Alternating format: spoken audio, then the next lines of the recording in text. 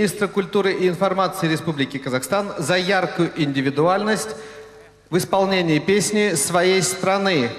Another special prize of the Minister of Culture and Information of the Republic of Kazakhstan for bright individuality in performance own country's song. Диплом и денежная премия в $1000 получает певица Diploma and $1,000 premium goes из Таджикистана Фируза.